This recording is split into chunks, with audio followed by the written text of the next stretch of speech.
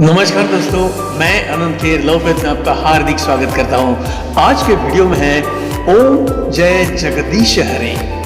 दोस्तों ये वीडियो ध्यान से देखिए और वीडियो को लाइक, शेयर, कमेंट और सब्सक्राइब जरूर कीजिए। तो लीजिए वीडियो शुरू करते हैं। दोस्तों, भारत की जनसंख्या अब 140 करोड़ के ऊपर हो गई है और दुनिया की जनसंख्या अब 795 करोड़ के ऊपर हो गई है। दुनिया के हर व्यक्ति को जीने का हक है, लेकिन जीने का अर्थ उसे समझना चाहिए। दुनिया में हर बात तुम जैसा चाहोगे वैसी ही होगी, ऐसा नहीं है। दुनिया में कई प्रकार के लोग होते हैं। आपकी बातचीत, आपके विचार हर इंसान से मिलेंगे ये संभव नहीं। इसीलिए जिस इंसान से आप सहमत होंगे उससे आप दोस्ती करो। जीवन में ऐसे कई मुकाम आते हैं जहां आपको खुद को निर्णय लेना होगा। उस मुकाम पर यदि आप सोच में पड़ गए या निराश हो गए तो आपके मन में तनाव पैदा होगा। यदि आप अकेले हैं तो आपके मन में उलझन पैदा होगी। यदि जीवन में हार मान ली तो आपके मन में आत्महत्या का विचार भी आ सकता है।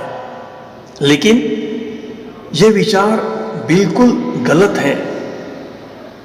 दुनिया में हर सवाल का जवाब हमारे मन के अंदर ही छुपा के रखा है परमात्मा ने। दुनिया के वैज्ञानिकों ने पृथ्वी के कई राज को तथा मनुष्य के मन में छुपे हुए गंभीर समस्या का खुलासा किया है। दोस्तों, वैज्ञानिक सिगमुंड फ्राइड ने बताया कि मनुष्य कभी भी काम वासना में शांत नहीं हो सकता।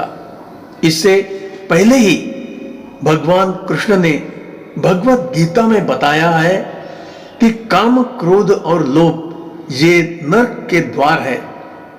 मनुष्य की इच्छा कभी भी तृप्त हो नहीं सकती। इसीलिए कहते हैं असतो मा सद्गमय मृत्योर्मा अमृतो गमय। मुझे असत्य से सत्य की ओर ले चलो, मुझे अंधकार से प्रकाश की ओर ले चलो, मुझे मृत्यु से अमरता की ओर ले चलो। दोस्तों, हम चांद पर पहुंच गए हैं, शायद मंगल पर भी पहुंच जाएंगे, लेकिन हम मृत्यु पर विजय नहीं पा सकते। प्रकाश और अमृत ये परमेश्वर का रूप है। यूनान देश के राजा में एक ऐसी शक्ति थी कि वो राजा जिस चीज को हाथ लगाएगा वो सोने की हो जाती थी। इसलिए उसके राजमहल की हर चीज सोने की थी। एक दिन राजा ने उसकी लाडली बेटी को हाथ लगाया तो लड़की सोने की हो गई। राजा ने ईश्वर से प्रार्थना की कि मुझे एक साधारण इंसान बनाओ, क्योंकि सोने में सुख नहीं है, काम वासना में सुख नहीं है।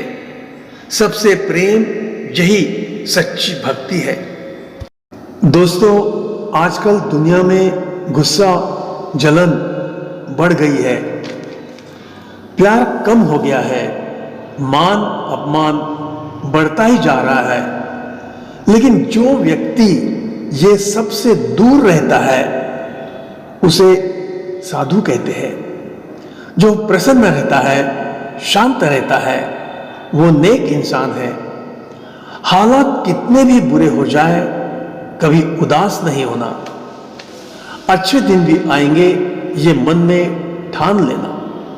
कर्म करना हमारा काम है और आशीर्वाद देना परमेश्वर का काम है। हम सब यदि अपना काम ईमानदारी से करेंगे तो परमेश्वर हमें आशीर्वाद जरूर देगा। दोस्तों, खुद ही को कर इतना बुलंद कि खुदा बंदे से पूछे कि तेरी रजा क्या है। खुद से खुदा हो गया है। जीवन में आने वाले संकटों पर विजय पाना है तो हमें खुद को इतना बलवान बनाना चाहिए कि खुद परमेश्वर हमसे पूछेगा कि बेटा तुझे क्या चाहिए। इसलिए संकटों से कभी घबराना नहीं। कोई भी संकट मुश्किल नहीं होता। कलिंगड़ हमें टुकड़े करके ही खाना पड़ता है। वैसे ही संकटों का सामना करने के लिए उसे छोटे हिस्सों में बांटकर समस्या का हल करना चाहिए। संकटों के तरफ फोकस नहीं करना। तुम्हारी अंदरूनी शक्ति जो है, अंतर्मन, उस अदृश्य शक्ति पर फोकस करो तो आपकी हर समस्या का अंत हो जाएगा। संपूर्ण ब्रह्मांड की शक्ति परमात्मा ने हमारे भीतर छुपाई है। ब्रह्मांड की शक्ति को पहचानने के लिए हमें रोज आसन पर बैठकर रीढ़ की हड्डी को सीधा रखकर ध्यान करना होगा, जिसे कुंडलिनी शक्ति को जागृत करना कहते हैं। दोस्तों, हमारे शरीर के अंदर 7 चक्र है। पहला चक्र है मूलाधार चक्र, जो गुदद्वार के ऊपर रहता है। दूसरा है स्वादिष्ठान चक्र, यह चक्र जननेंद्रिय के पीछे रहता है। तीसरा है मणिपुर चक्र, यह चक्र नाभि के पीछे रहता है। अनाहत चक्र, यह चक्र इस हृदय के पीछे रहता है। पांचवा चक्र है विशुद्धि चक्र, यह चक्र हमारे कंठ के पीछे रहता है।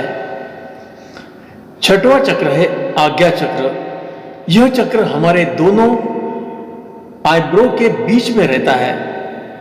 सातवां चक्र है सहस्त्रार चक्र, यह चक्र हमारे सिर के मध्य स्थान यानी तालू पर रहता है, जहां दिव्य शक्ति का वास होता है। दोस्तों, कुंडलिनी जागृत होने से तुम्हें असंभव ऐसा कुछ भी नहीं रहेगा।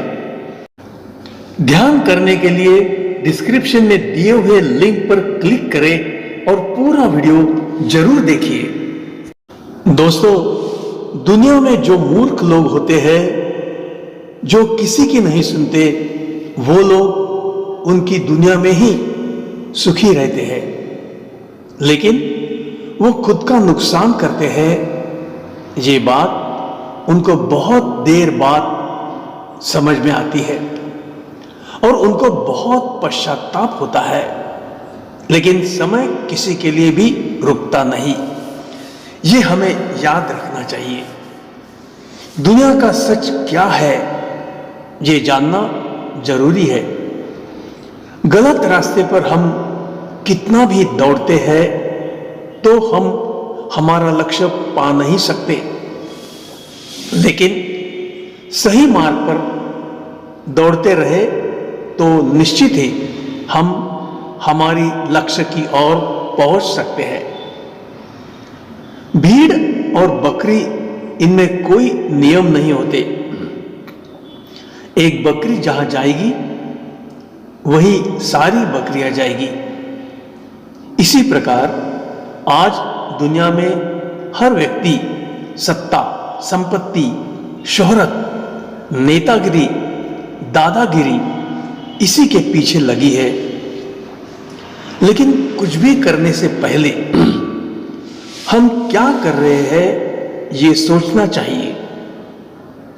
जो कर रहे हो उसमें किसी का भी भला नहीं हो रहा तो क्या फायदा। जो कर रहे हो उसमें किसी का भला हो तो आपका भी भला होगा, क्योंकि सब कुछ करने वाला ऊपर वाला परमात्मा ही है।